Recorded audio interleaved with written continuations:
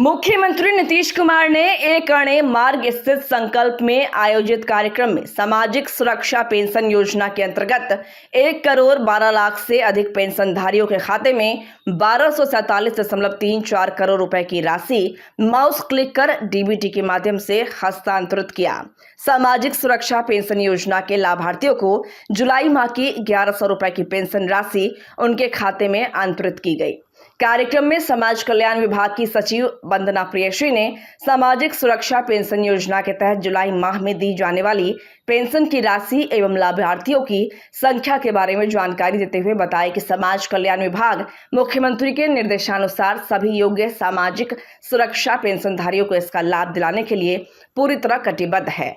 आज के इस अवसर पर बिहार के सभी 38 जिलों में कार्यक्रम का आयोजन किया गया है, जिनमें जिले के जनप्रतिनिधिगण, जिलाधिकारी, लाभार्थीगण जुड़े हुए हैं। कार्यक्रम को संबोधित करते हुए मुख्यमंत्री ने कहा कि बहुत खुशी की बात है कि सामाजिक सुरक्षा पेंशन के तहत सभी वृद्धजनों, दिव्यांगजनों एवं विधवा महिलाओं को आज 1,100 रुपए की दर से जुलाई माह की पेंशन की राशि उनके बैंक खाते में अंतरित की गई है।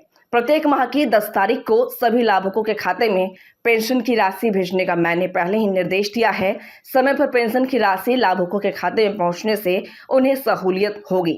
कोई भी योग्य सामाजिक पेंशनधारी छूटे नहीं, इसका विशेष ख्याल रखें। जो भी सामाजिक पेंशनधारी छूटे हुए हैं, उनको भी इसका लाभ शीघ्र मिलेगा।